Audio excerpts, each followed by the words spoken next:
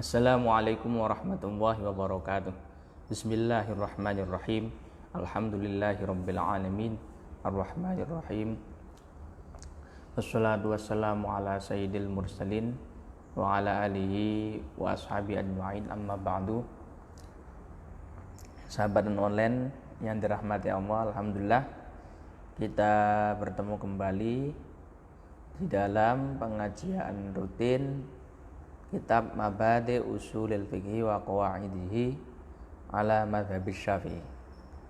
Kita sudah sampai pada pasal Al-Murajjihat, beberapa hal atau faktor-faktor yang bisa menguatkan dalil. Bab ini termasuk salah satu bab yang penting karena dalil-dalil agama baik di dalam Al-Quran, hadis, ijma atau qiyas, ini pemahaman maknanya tidak tunggal. Terkadang ada banyak dalil, akan tapi di dalam wajhud dalalah atau di dalam petunjuk yang diberikan oleh dalil itu memberikan hukum yang tidak sama. Misalnya satu dalil menyatakan haram, dalil yang lain menyatakan mubah, boleh. Satu dalil mengatakan wajib, dalil yang lain sunnah. Misalnya lagi Al-Quran di dalam sebagian ayat menyatakan boleh, akan tapi dalam yang lain menyatakan tidak boleh. Demikian pula dalam hadis Nabi, banyak sekali riwayat-riwayat, banyak sekali hadis-hadis yang jumlahnya jutaan, bahkan bisa banyak sekali, akan tapi yang merumuskan ataupun yang bisa dijadikan patokan ini yang mana lah, ini yang masih belum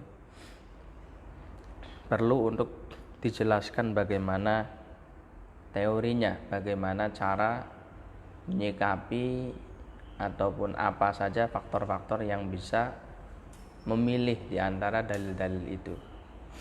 Baik, sebelum dimulai seperti biasa kita bacakan suratul Fatihah terlebih dahulu untuk Rasulullah SAW, pada para sahabat, para ulama, para masyayikh, para muallifil kutub, pengarang-pengarang kitab yang kita belajar dan mengajarkan ilmunya. Ala hadinnya walikulli yadin sholihah wa ala ma nawa bihi salafuna sholih. Al-Fatihah. A'udzubillahi minasyaitonir rajim. Bismillahirrahmanirrahim. Alhamdulillahirabbil alamin. Ya kana ya rasulullah mustaqim. Syarabul ladzi ya'lamu. Baik. Bismillahirrahmanirrahim. Qala al-musannif rahimahullahu ta'ala wa nafa'ana bihi wa bi'ulumi fid din wad dunya wal akhirah radhiyallahu anna wa ankum ajma'in. Bismillahirrahmanirrahim. Untuk mengawali, sebelum kita menjelaskan apa saja faktor-faktor yang menguatkan sebuah dalil, perlu diketahui beberapa hukum secara keseluruhan, hukum-hukum, ketentuan-ketentuan global di dalam metode penguatan atau metode tarjih di antara beberapa dalil. Al-ahkam al-kulliyah lit-tarajih, hukum-hukum yang bersifat kulliyah, menyeluruh di dalam masalah penguatan beberapa dalil. Ta'rifu tarjih, pengertian dari tarjih, fil lughati huwa taghlib. Di dalam makna bahasa, tarjih itu adalah mengunggulkan. Wabil istilahi taqwiyatu ihdal amaratain alal ukhra liya'mala biha. Sedangkan di dalam istilah, menurut istilah ulama usul, tarjih itu adalah menguatkan salah satu dari dua tanda, dua bukti untuk dijadikan acuan di dalam mengamalkan sebuah dalil, mengamalkan tanda itu. Wa yufhamu min hadza ta'rif anna tarjih innama yakunu bainal adillah adz-dhanniyah wa anna tarjih innama yuradu min ajlil amal bi hadal amaratin dunal ukhra. Dari pengertian ini bisa difahami bahwa tarjih ataupun pengunggulan di antara beberapa dalil itu hanya berlaku di dalam adillah adz-dhanniyah. Dalil-dalil yang bersifat dhanni atau dugaan, asumsi. Jadi bukan dalil-dalil yang sudah pasti, dalil-dalil yang sudah qat'i. Yang sudah qat'i itu misalnya seperti kewajiban sholat 5 waktu. Misalnya ditetapkan berdasarkan ayat Al-Quran wa aqimus sholata. Innas sholata kanat 'alal mu'minina kitaban mawquta. Dan banyak lagi dalil. Nah, persoalan-persoalan ini tidak bisa masuk di dalam bab tarjih. Karena dalil-dalilnya sudah pasti, sudah qat'i.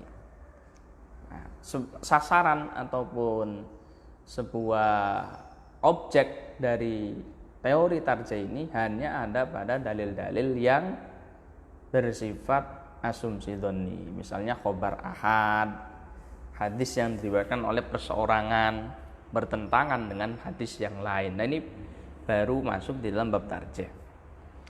Kemudian bisa difahami juga dari ta'rif, dari pengertian tadi, bahwa tarjih itu dilakukan, dipraktekkan, ya, diaplikasikan, tujuannya untuk diamalkan, untuk mengamalkan salah satu dari dua dalil yang bertentangan itu. Kemudian hukmul amal birrajih. Apa hukumnya menggunakan, memakai dalil yang lebih unggul? Karena ada beberapa qarinah ataupun tanda-tanda yang menguatkannya. Wal amal bid dalilir rajih wajibun bin nisbati ilal marjuh. Sawaun akana rujhanu qat'iyan am dhanniyyan. Wa alaihi fayamtani'ul amal bid dalilil marjuh. Hukum memakai dalil yang rajih, dalil yang unggul adalah wajib. Dinisbatkan kepada dalil yang lemah, dalil yang diungguli tadi, dalil yang menjadi lawannya, ya bukan lawannya, ya dalil yang bertentangan dengannya. Meskipun tidak ada bedanya antara kuat, apakah keunggulan itu dikembalikan pada sesuatu yang pasti ataupun yang bersifat asumsi. Jika demikian adanya, maka tidak diperbolehkan untuk memakai dalil yang lemah. Jadi kalau ada dua dalil, yang satu memiliki tanda-tanda atau pendukung yang kuat, misalnya dalil hadis A ini dikuatkan dengan beberapa dalil yang lain, ada Quran, ada ijma, ada qiyas.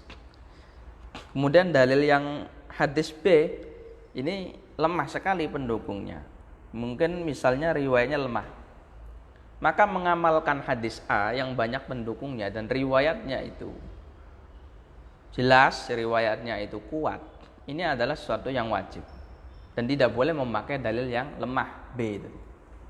Nah, nanti contoh-contohnya kita akan jelaskan di belakang, termasuk apa saja faktor-faktor yang membuat dalil itu menjadi kuat. Baik, kemudian dalilul amal birrajih. Kenapa kita harus memakai dalil yang kuat, meninggalkan dalil yang lemah? Wa amad dalil ala wujubil amali birrajih fa huwa ijma'us sahabah was salaf as-salih. Fil waqa'il mukhtalifah ala wujubil amal bid dalilir rajih wa taqdimuhu alal marjuh. Dalilnya jelas. Ijma' sahabat, konsensus para sahabat Nabi dan ulama-ulama kita salafun as-salih di dalam banyak persoalan ini lebih memilih dalil yang kuat. Dalil-dalil yang lemah itu ditinggalkan. Jadi ulama manapun sejak zaman sahabat Nabi, pakar-pakar agama, pakar-pakar fikih itu pasti mengambil dalil yang kuat. Nah, mengenai kuatnya itu bagaimana? Ya kuatnya sangat subjektif sekali. Urusan kuat dan lemah itu dikembalikan ataupun sesuai dengan ijtihad dari masing-masing. Kan pada dasarnya mereka meyakini kalau dalil-dalil itu kuat maka wajib diamalkan, sedangkan untuk dalil yang lemah ditinggalkan. Jadi semua sepakat sebenarnya kalau itu dalil kuat maka kita pakai, kalau lemah tidak dipakai. Nah, meskipun nanti pada akhirnya ada perbedaan-perbedaan. Ulama Syafi'iyah misalnya beda ijtihad dengan hadis yang dipakai Hanafiyah. Ya ini silahkan, tidak ada masalah.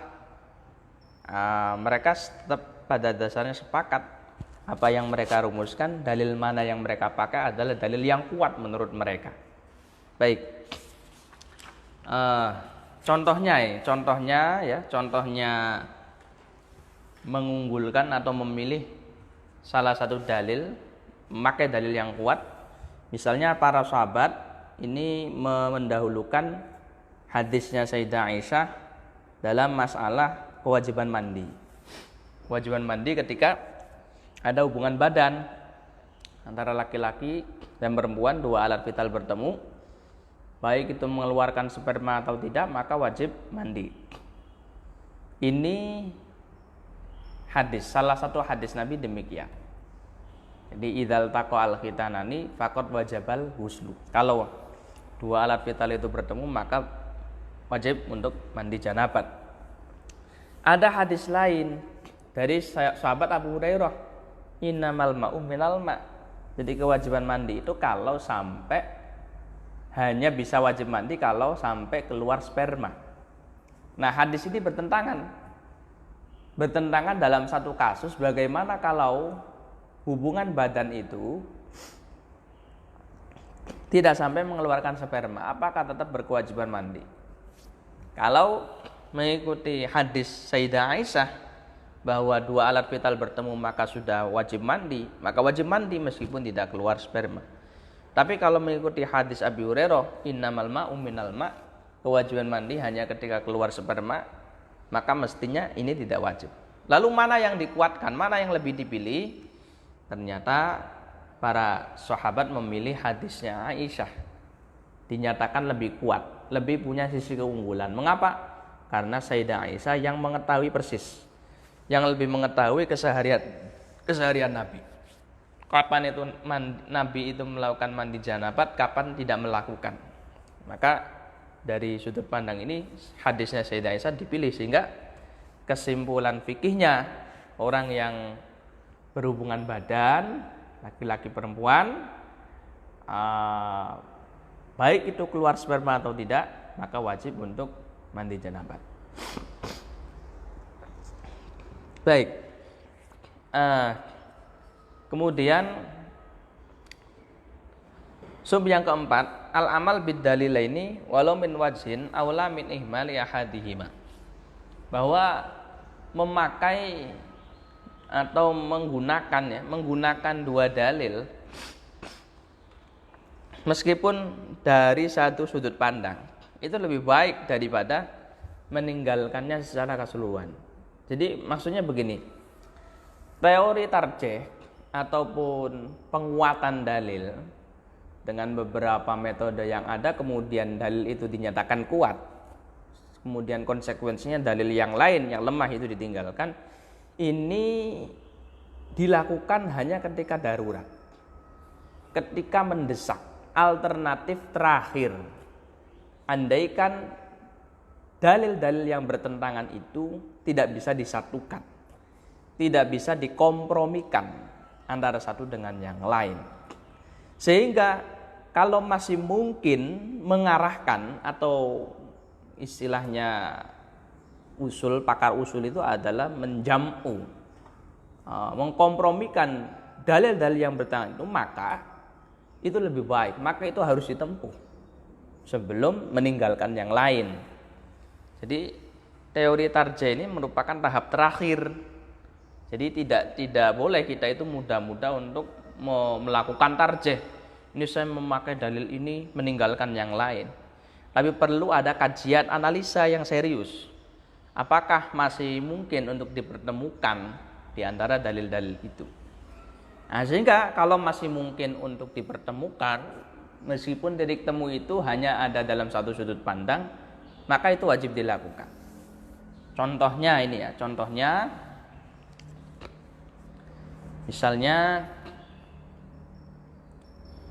ada hadis Nabi, dalam hadis sahih mengatakan annahu sallallahu alaihi wasallam kana la yuharriku usbu'ahu fi tasyahhudihi, bahwa Rasulullah tidak menggerakkan jarinya, tidak menggerakkan jari jemarinya di saat tahiyat, di dalam tasyahud. Kemudian hadis sahih yang lain juga menyatakan annahu kana yuharrikuha, Rasulullah justru menggerakkan jarinya ketika tasyahud. Ini bertentangan, kelihatannya bertentangan. Satu hadis menyatakan Rasulullah tidak menggerakkan jari, hadis yang lain saat tasyahud Rasulullah menggerakkan jari. Ini dua-duanya hadis sahih, hadis yang kuat, hadis yang sudah mencapai derajat sahih. Nah, untuk menyikapi ini maka seperti yang disampaikan bahwa kita perlu mencari titik temu dulu, dikaji secara mendalam apakah betul-betul bertentangan. Maka kemudian ulama menyatakan bahwa hadis itu bisa dikumpulkan, bisa dikompromikan, baik yang menyatakan Nabi tidak menggerakkan jarinya ataupun yang menggerakkannya, bahwa disimpulkan ternyata betul Nabi itu menggerakkan jarinya di dalam bagian dari tasyahud, di bagian waktu dari prosesi tasyahud. Sedangkan di bagian yang lain Nabi tidak menggerakkan jarinya. Jadi akhirnya di dalam fikih menyimpulkan jari telunjuk itu baru digerakkan itu ketika kita melafalkan asyhadu alla ilaha illallah. Ini faqad jamal ulama bainahuma bi annahu kana yuharriku inda tasyahud tsumma la yuharriku ba'da dzalik. Jadi ulama menjamakkan bahwa Rasulullah menggerakkan jarinya ketika tasyahud, kemudian setelah selesai tasyahud beliau tidak menggerakkannya lagi. Jadi ada titik temu bahwa gerakan jari Nabi itu tidak full ketika tasyahud, bukan, tapi di dalam waktu tertentu. Jadi di bagian prosesi tasyahud Rasulullah menggerakkan jarinya. Jadi setelah setelah melafalkan asyhadu alla ilaha illallah.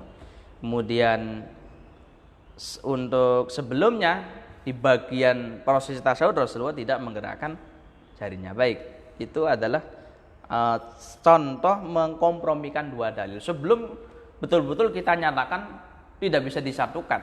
Jadi harus melalui tahapan jam'u itu dulu. Contoh lainnya misalnya seperti hadis Nabi ayyuma iha bin dubigha faqad tahura. Jadi kulit yang disamak itu betul-betul suci. Jadi setiap kulit bangkai yang disamak maka hukumnya suci. Ini kata Nabi. Di dalam hadis yang lain, la tantafi'u minal maitah bi ihabin wala asbin. Tidak boleh kalian mengambil manfaat dari bangkai berupa kulit ataupun bagian yang lainnya.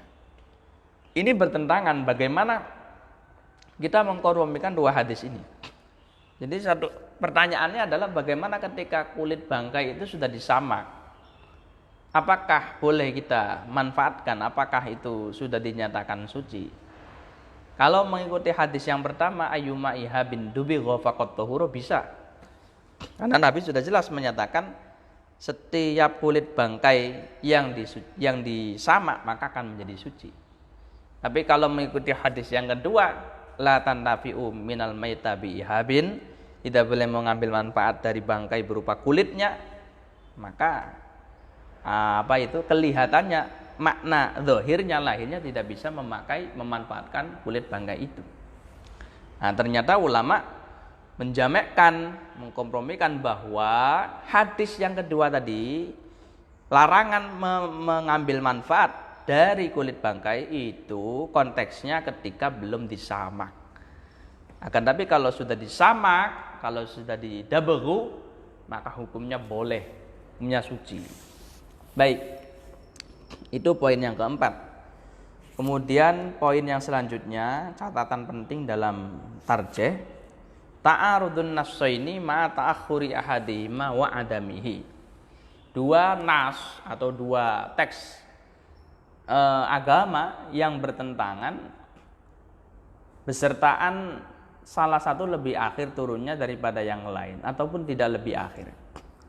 Jadi pertentangan dua nas, dua dalil dipandang dari sisi mana yang lebih awal turunnya dan mana yang lebih akhir turunnya. Lah, ketika demikian, ya, maka perlu ada perincian sebagai berikut. Ya, falahuma ahwalun, yang pertama, fa in ulima anna ahadahuma mutaakhirun anil akhar fal mutaakhir nasikhun wasani mansukhun. Jika salah satu dua dalil diketahui lebih akhir daripada yang lain, maka dalil yang akhir, dalil kedua itu merevisi pada dalil yang pertama. Sedangkan dalil yang pertama lebih awal turunnya, hukumnya sudah tidak dipakai, sudah direvisi. Contohnya banyak, misalnya ayat masalah iddah. Dulu iddahnya perempuan yang ditinggal mati suaminya adalah 1 tahun. Di dalam sebagian ayat demikian. Kemudian ketentuan ini dinasakh atau direvisi oleh ayat Al-Quran, ayat yang lain, bahwa iddahnya masa penantian perempuan yang ditinggal mati suami adalah 4 bulan 10 hari. Jadi karena jumlah iddah yang sebanyak 4 bulan 10 hari turunnya lebih akhir, maka statusnya ini merevisi hukum pada dalil yang menyatakan iddahnya itu adalah satu tahun. Atau misalnya seperti masalah kiblat. Sebelum ada ayat yang menegaskan kewajiban menghadap kiblat adalah menghadap Ka'bah, Nabi dan para sahabat ini diperintahkan oleh Allah untuk menghadap Baitul Maqdis. Jadi sholatnya itu dulu sebelum menghadap Ka'bah, menghadap Baitul Maqdis. Itu berlangsung kurang lebih selama 16 bulan. Kemudian turun ayat fawalli wajhaka syatrul masjidil haram, maka hadapkanlah wajahmu di arah Masjidil Haram atau Ka'bah. Lah ini kemudian dalil menghadap Masjidil Haram ini merevisi pada dalil istiqbalul Baitul Maqdis. Jadi menghadap Baitul Maqdis. Wa illam yu'lam al mutaakhir minhuma fa in kana ma'lumaini tasaqata li andami jawazi tarjih bainahuma kama marra ma'ana. Kalau tidak diketahui mana yang lebih akhir, apabila keduanya sama-sama yang pasti, maka saling berguguran. Karena kita tidak mungkin untuk mentarjih di antara keduanya. Jadi dalilnya sama-sama pasti, sama-sama kuatnya, dan tidak jelas mana itu yang lebih akhir atau lebih awal turunnya.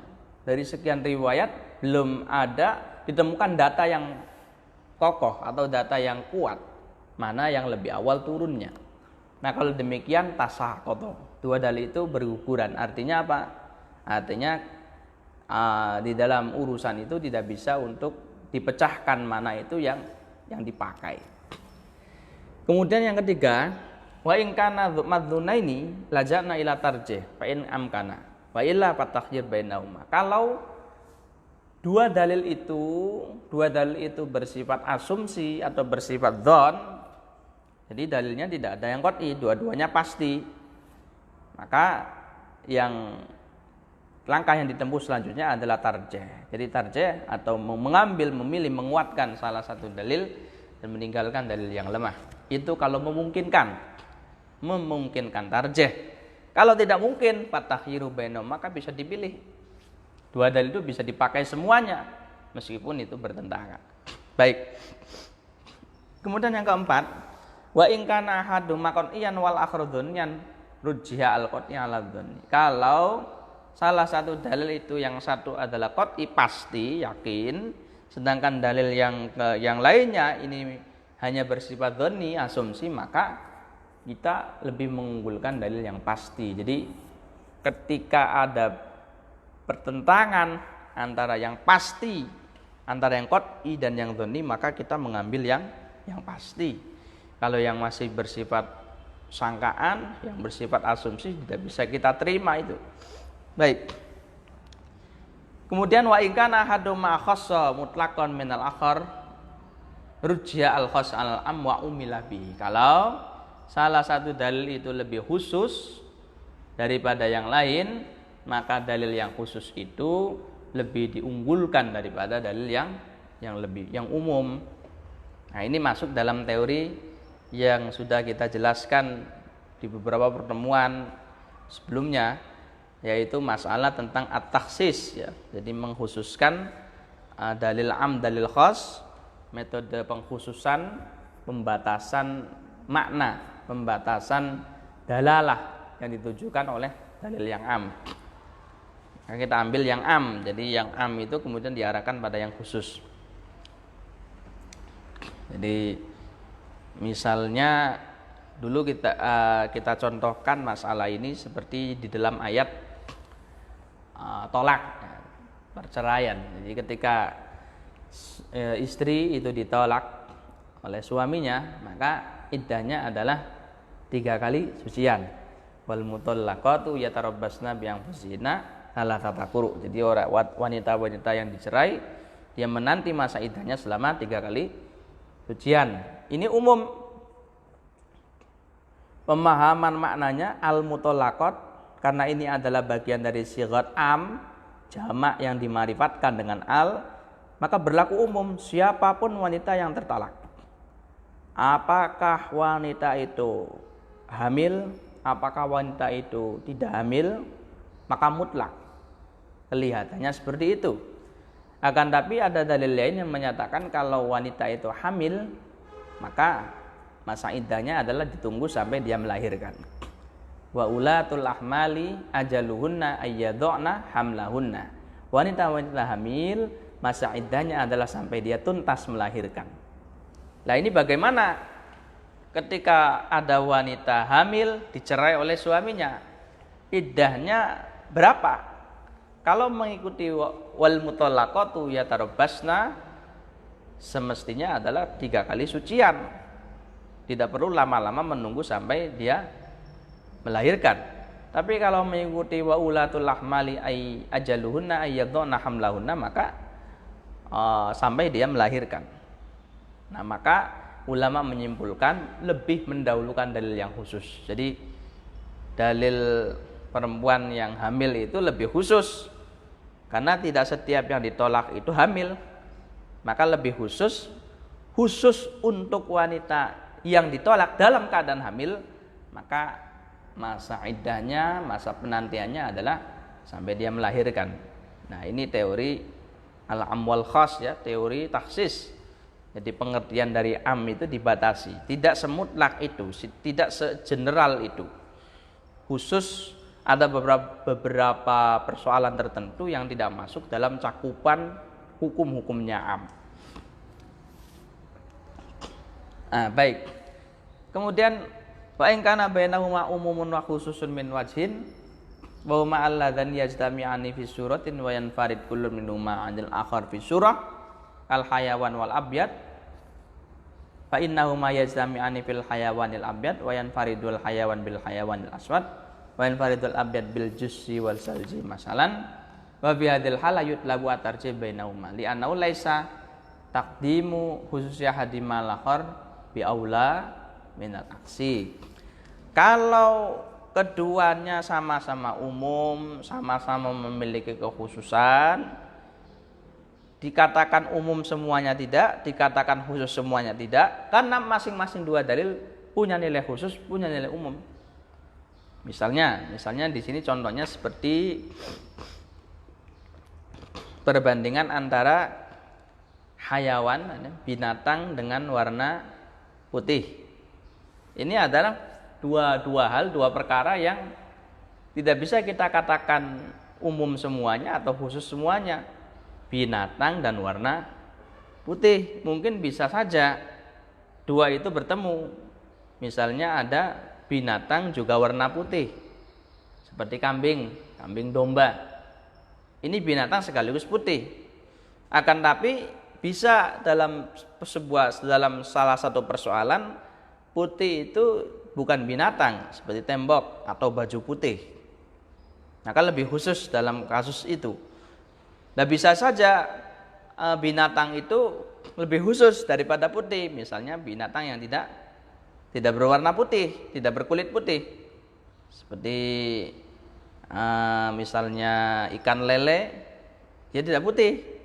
Ataupun kucing yang warna kuning, dia nggak putih. Nah, ini maka dua hal yang tidak bisa dimutlakan, mana yang lebih khusus, mana yang lebih umum. Keduanya punya nilai khusus, punya nilai umum. Nah, kalau yang seperti ini, maka cara yang ditempuh adalah at-tarjih bainahuma. Jadi kita memilih mana itu yang lebih unggul, mana yang lebih kuat berdasarkan beberapa cara atau metode dalam menguatkan dalil. Nah, ini contohnya di dalam hadis, ya, sholatun fi masjidi hadza ta'dilu alfa sholatin fi masyiwahu minal masajid ilal masjidil haram. Sholat di masjidku ini, Masjid Nabawi, itu sama halnya atau sebanding dengan 1000 sholat di masjid-masjid yang lainnya, kecuali Masjidil Haram. Masjidil Haram bisa lebih bagus, lebih banyak lagi pahalanya dibandingkan masjid Nabawi. Lah, untuk hadis ini menunjukkan bahwa melakukan sholat di Masjid Nabawi itu lebih utama daripada melakukannya di bait. Sholat sunnah. Karena di situ berlaku umum, sholatun fi masjidi hadza. Sholat apapun, sholat termasuk sholat sunnah. Nah, itu satu hadis. Hadis yang lain menyatakan afdhalu sholatil mar'i fi baitihi illal maktubah. Lebih utamanya sholat seorang adalah di rumahnya, kecuali sholat fardu. Pertanyaannya kemudian bagaimana kalau orang itu mau sholat, orang sekitar jamaah haji misalnya ketika tiba di Madinah, sholat sunnah itu di mana baiknya? Apakah di penginapannya, di hotelnya, ataupun di Masjid Nabawi? Kalau mengikuti perintah atau petunjuk yang disampaikan hadis, masalah pahala yang besar, pahala yang tinggi di dalam Masjid Nabawi, mestinya yang lebih utama adalah sholat di Masjid Nabawi. Akan tapi kalau mengikuti petunjuk hadis bahwa sholat yang baik, sholat sunnah yang baik adalah sholat sunnah rawatib, ya, itu adalah di rumah, maka lebih menunjukkan lebih utama di rumah. Lah, yang demikian ini maka kemudian perlu ada tarjih, perlu ada sebuah metode penguatan ataupun mengambil salah satu dalil yang lebih kuat yang mana, sedangkan dalil yang lemah tidak dipakai. Nah, ternyata di sini waqad rajjaha fuqahauna as-saniyah kama jazama bin Nawawi tahqiq wa syarhil muhadzab. Jadi ulama Syafi'iyah lebih memilih mengunggulkan yang kedua, Jadi kalau sholat sunnah lebih utama di penginapan, lebih utama di rumah. Sebagaimana yang ditegaskan oleh Imam An-Nawawi dalam kitab Tahqiq dan kitab Syarah Muhadzab. Wa sababu anna hikmata ikhtiyaril bait wal bu'du an riya al muaddi ila ibadil ajri bil kulliyah. Sababnya adalah hikmah kenapa lebih memilih rumah sholat rawatib ini ya. Itu adalah jauh dari riya yang bisa menggugurkan, bisa menghilangkan pahala sholat secara keseluruhan. Wa ma hikmatul masjidaini fa huwa syaraf al-muqtadi li ziyadatil fadilah ala ma'adahuma ma'asyirakil qalbi syahwa husulis sawab. Sedangkan hikmah kenapa dua masjid, Masjid Nabawi, Masjidil Haram itu punya nilai lebih karena ada sebuah kemuliaan yang menuntut, yang bisa menarik bertambahnya keutamaan fadilah pahala dibandingkan sholat di selain dua masjid itu. Dan dua sholat baik itu di Masjid Nabawi ataupun di rumah itu sama-sama sah dan mendapat pahala. Nah, ini adalah sholat sunnah rawatib ya, sholat sunnah mutlak. Lebih utama mana? Apakah di Masjid Nabawi atau di rumah? Nah, tadi ulama Syafi'iyah mengunggulkan Nawawi dalam kitab Tahqiq dan Syarah Muhadzab lebih memilih pada sholat di rumah dibandingkan di Masjid Nabawi. Nomor 6, at-tarjih bi kasratil adillah was sahih alladzi dhahaba ilaihil jumhur tab'an lil Imam Syafi'i annahu yajuz tarjih bi kasratil adillah. Bahwa pendapat yang kuat, yang sahih, yang diikuti oleh mayoritas ulama dan juga didukung oleh Imam Asy-Syafi'i, boleh untuk menguatkan, mengunggulkan dalil dan mengambil dalil yang kuat, meninggalkan dalil yang lemah karena beberapa unsur, karena beberapa faktor yang menguatkannya. Nah, baik, itu hukum-hukum umum yang berlaku di dalam masalah tarjih ataupun mengunggulkan beberapa dalil. Kemudian mengenai apa saja hal-hal yang bisa membuat dalil itu kuat, ada beberapa hal di sini. Yang pertama at-tarjih bihalir rawi. Jadi dalil itu bisa dinyatakan kuat, bisa diambil, bisa mengalahkan yang lain, itu dipandang dari sudut pandang rawinya. Rawi yang meriwayatkannya. Nah, untuk masalah ini ada beberapa sudut pandang. Ada beberapa hal yang membuat rawi itu lebih kuat daripada rawi yang lain. Pertama, kathratur ruwat. Rawinya lebih banyak. Jadi kalau ada hadis A misalnya, rawinya hanya khobar ahad. Kemudian yang lainnya khobarnya mutawatir atau tidak sampai mutawatir akan tapi lebih banyak rawinya. Maka dimenangkan yang lebih banyak rawinya. Fayurajjahu al-khabar alladzi ruwatu aksar alal khabar alladzi ruwatu aqal. Jadi dimenangkan, diunggulkan rawi yang lebih banyak. Walihada lam ya'mal Rasulullah bi khabari dzil yadain akusiratis salat amnasita. Aqasartas salata amnasita. Hatta akhbarahu bidzalika ghairuhu ka Abi Bakrin wa Umar. Walam ya'mal Abu Bakar bi khabaril Mughirah anna Nabiy sallallahu alaihi wasallam a'ta al-jadda as-sudus hatta ya'taduda bi khabari Muhammad bin Muslimah. Karena demikian sehingga Rasulullah tidak mengambil berita dari sahabat Dzul Yadain, apakah salat itu diringkas ataupun panjenengan lupa ya Rasulullah, sampai Rasulullah atau berita dari sahabat Dzul Yadain itu kemudian dikuatkan oleh dari sahabat-sahabat yang lain. Demikian pula Sayyidina Abi Bakar ini tidak langsung memakai atau tidak langsung mengambil ya hadis dari Mughirah bahwa Rasulullah itu memberikan jaddah nenek, hak warisnya adalah 1/6, sampai dikuatkan dengan hadisnya Muhammad bin muslimah. Jadi artinya apa? Artinya dari dua keterangan tadi menunjukkan kuantitas jumlah rawi itu menjadi salah satu yang menentukan di dalam menguatkan dalil. Yang kedua, dari sisi rawi, uluwul isnad. Jadi sanad yang tinggi, sanadnya punya kualitas yang baik. Fakullama kanal isnad aliyan, kullama kana ihtimal khata fi aqal. Wa dhunnu shawab aksar. Walidzalik yurajjaul isnad al-ali 'ala nazil likillati rijalil ali wa kasrati rijalin nazil.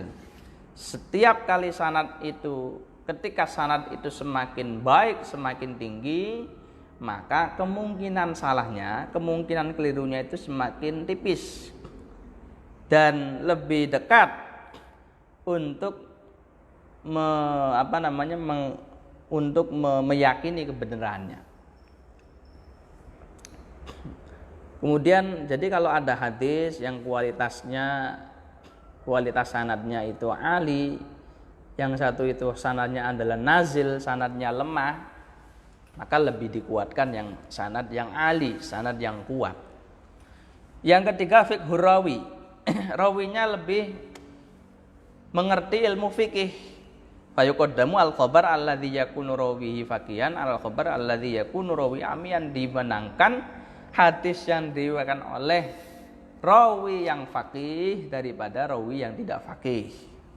Wadzalika li anal faqih idza sami al khabar wa ra'a anna dhahira yahtaju li bahthin bahatha anhu wa tamma bihi. Amal ami fala yudriku. Mengapa lebih dimenangkan rawi yang faqih? Karena rawi yang pakar fikih ketika mendengar berita, mendengar hadis, maka beliau ini teliti, tidak langsung kemudian dipahami secara mentah-mentah, dipahami secara mutlak. Apabila ada sebagian hadis, sebagian khabar yang zahirnya itu butuh untuk diteliti, maka diteliti dan dicari tahu, dianalisa apakah ada dalil lain yang menjelaskan maksud hadis ini. Kemudian apakah dalil ini maknanya betul demikian? Apakah menggunakan makna hakikat atau jangan-jangan di sini majas? Apakah berlaku umum atau ada yang mentah sila ini? Maka keunggulan dari rawi yang faqih. Sedangkan kalau rawinya tidak faqih, tidak pakar, maka tidak akan mungkin meneliti sejauh itu. Maka rawi yang faqih itu lebih dimenangkan.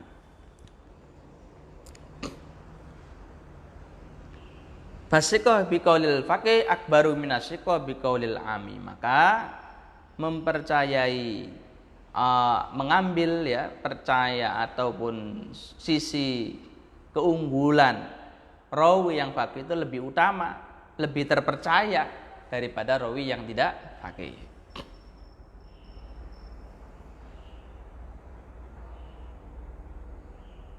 Lah ini ada sebuah riwayat yurwa anal Auza'iya laqiya Abu Hanifah rahimahullah. Jadi Auza'i bertemu Abu Hanifah. Faqala lahu ma balu ahlil Iraq la yarfa'una aydiyahum indar ruku' wa inda rafir ra'si minhu. Kemudian Al-Auza'i bertanya, bagaimana dengan ahli Irak? Apa sebenarnya yang terjadi di mereka? Mereka tidak mengangkat tangan ketika ruku. Jadi Al-Auza'i itu mengadu kepada Abu Hanifah, penduduk Irak itu kenapa sih kalau ruku itu ketika hendak ruku tidak mengangkat tangannya? Jadi habis baca Fatihah menuju ruku itu tidak mengangkat Allah, tangannya tidak diangkat. Itu mengadu. Wa inda rafi rasiminu, dan demikian pula ketika bangun dari ruku, kenapa tidak mengangkat tangannya? Jadi begitu selesai ruku, ahli Irak itu tidak mengangkat tangannya. Waqad haddatsani Az-Zuhri an Salim an Ibni Umar radhiyallahu anhu anna nabiyya kana yarfa'u yadai inda dzalik. Dan saya betul-betul mendapat berita dari Zuhri, dari Salim, dari Ibnu Umar bahwa Nabi mengangkat kedua tangannya ketika hendak ruku dan setelahnya. Faqala Abu Hanifah. Nah, pengaduan ini kemudian dijawab oleh Abu Hanifah. Haddatsani Hammad an Ibrahim an Alqamah an Abdullah bin Mas'ud radhiyallahu anhu annahu sallallahu alaihi wasallam kana la yarfa'u yadayhi inda dzalik. Justru saya pun punya riwayat dari Hammad, dari Ibrahim, dari Alqamah, dari Abdullah bin Mas'ud bahwa Rasulullah tidak mengangkat tangan ketika hendak ruku dan selesai ruku. Kemudian Al-Auza'i mengatakan faqal Auza'i ajaban min Abi Hanifah yu'ariduni bima haddatsani a'la minhu isnadan. Auza'i bingung, Al-Auza'i heran ini Abi Hanifah. Kenapa Abi Hanifah itu menentang saya dengan sebuah hadis yang justru hadisnya itu lebih kuat hadis saya daripada hadis yang diriwayatkan oleh Abi Hanifah. Nah, kemudian Abu Hanifah menjawab, amma Hammad fakana afqaha min az-Zuhri wa Ibrahim afqaha min Salim walau la sabqu ibni Umar laqultu Alqamah afqahu minhu wa amma Abdullah fa Abdullah ay anna ibnu Mas'ud ma'rufun bil fiqhi la yahtaj ilal bayan fayarji hadisu bi ziyadati fikir riwayati. Abu Hanifah juga menjawabnya, justru Hammad itu lebih alim fikih daripada Zuhri. Jadi kalau tadi sumbernya Al-Auza'i dari Zuhri, sumbernya Abu Hanifah dari Hammad. Abu Hanifah meskipun kualitas sanadnya itu lebih tinggi dari Zuhri, tapi yang lebih alim fikih adalah dari Hammad. Ibrahim juga sama. Ini jalur sanadnya hadis Abi Hanifah dari Ibrahim lebih alim fikih daripada Salim. Nah, bahkan Abu Hanifah mengatakan perbandingan antara Ibnu Mas'ud dengan Ibnu Umar, andaikan Alqamah ini. Ibrahim tadi kan sanadnya Alqamah. Andaikan Ibnu Umar itu tidak lebih dulu, tidak lebih senior, maka saya akan katakan Alqamah itu justru lebih alim fikih daripada Ibnu Umar. Ini menurut Abu Hanifah begitu. Jadi Alqamah itu kan bukan termasuk sahabat, tapi gurunya tabi'in, sedangkan Ibnu Umar sahabat. Nah, ini dibandingkan oleh Abu Hanifah bahwa Alqamah itu andaikan lebih senior, andaikan Ibnu Umar tidak lebih senior kurunnya daripada Alqamah, maka lebih alim Alqamah daripada Ibnu Umar. Nah, kalau Ibnu Mas'ud jelas sudah ditekan lagi kepakarannya dalam fikih. Jadi ini Abu Hanifah ya. Jadi meskipun riwayatnya Abu Hanifah itu kekuatan sanadnya lebih rendah, karena tadi kan sanadnya wasitohnya atau perantaranya lebih banyak, sampainya ke Nabi itu lebih banyak perantaranya. Sedangkan kalau hadisnya Al-Auza'i lebih sedikit, jadi lebih dekat sanadnya kepada Nabi. Nanti Auza'i tadi kan sanadnya dari Zuhri, Salim, Ibnu Umar, Zuhri, Salim, Ibnu Umar, Nabi. Jadi hanya empat perantara. Zuhri, Salim, Ibnu Umar, Nabi. Kalau riwayatnya Abu Hanifah 5. Hammad, Ibrahim, Alqamah, Abdullah bin Mas'ud dan Nabi. 5. Jadi kalau bicara ulul isnad, sanad yang ali, yang lebih dekat, lebih sedikit perantaranya, ya hadisnya Imam Auza'i. Tapi dari sini Abu Hanifah bukan persoalan sanadnya lebih tinggi, tapi yang menjadi persoalan adalah siapa perawinya.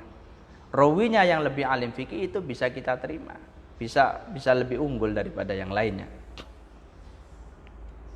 Nah, ini dikatakan oleh Kiai Musonef di sini, wa nahnu la nasuqu hadzal khabar li itsbati hukmi raf'i wa inna ma litamsil wa illa faraful yadal indar ruku' wa raf'u minhu sabitun bima la yumkinu daf'uhu. Jadi ini dari madzhab Syafi'i ya, bahwa kita menyampaikan hadis tadi, masalah dua bertentangan antara hadisnya Zuhri dan hadisnya Hammad, ini bukan untuk memilih ataupun menjelaskan hukumnya mengangkat tangan ketika hendak ruku atau setelahnya, bukan, tapi hanya untuk mencontohkan saja. Mencontohkan bagaimana rawi yang lebih alim fikih itu lebih unggul dari yang lain. Karena kalau tidak demikian, maka untuk masalah mengangkat tangan itu sebenarnya masih banyak dalil lain yang menguat. Jadi tidak hanya sebatas sisi keunggulan rawinya Hamad yang lebih kuat daripada rawi hadisnya Auza'i tadi, tapi ada banyak dukungan-dukungan lain yang menurut ulama Syafi'iyah dinyatakan bahwa dalil mengangkat tangan ketika mau ruku atau setelahnya ini banyak, kuat sekali. Jadi hanya kita tidak hendak untuk melemahkan dalil Syafi'iyah, tidak, ataupun tidak memakai pendapat Syafi'iyah. Kita tadi menyampaikan hanya untuk contoh saja. Jadi contohnya sisi rawi itu lebih alim fikih bisa dipegang, bisa dikuatkan, itu memiliki pengaruh di dalam memilih dalil-dalil yang bertentangan. Nah, kalau bagaimana hukum yang sebenarnya, nah ini kita tidak bahas. Karena bisa jadi meskipun misalnya tadi hadisnya Abu Hanifah punya keunggulan dari sisi fikihnya rawi, alim fikih, lebih pakar fikih rawi-rawinya, akan tapi bisa jadi dari sudut pandang yang lain, murad jihad yang lain, jadi hal-hal yang menentukan tarjih, menguatkan dalil yang lain, justru lebih diunggulkan hadisnya Auza'i. Nah ini kita tidak sama membahas itu. Baik, kemudian yang keempat, ilmu rawi bil arabiyah. Fayurajjahu maka narwatu a'lam bil arabiyah min ruwati ghairihi. Jadi lebih dikuatkan rawi yang mengerti bahasa Arab dibandingkan rawi yang tidak mengerti bahasa Arab. Karena untuk memahami Quran, hadis, jelas harus mengerti lughatul arabiyah. Bagaimana makna amnya, makna khasnya, makna lughatnya, dialeknya, kemudian hal-hal lain yang dibutuhkan, ini lebih dikuatkan rawi yang mengerti bahasa Arab.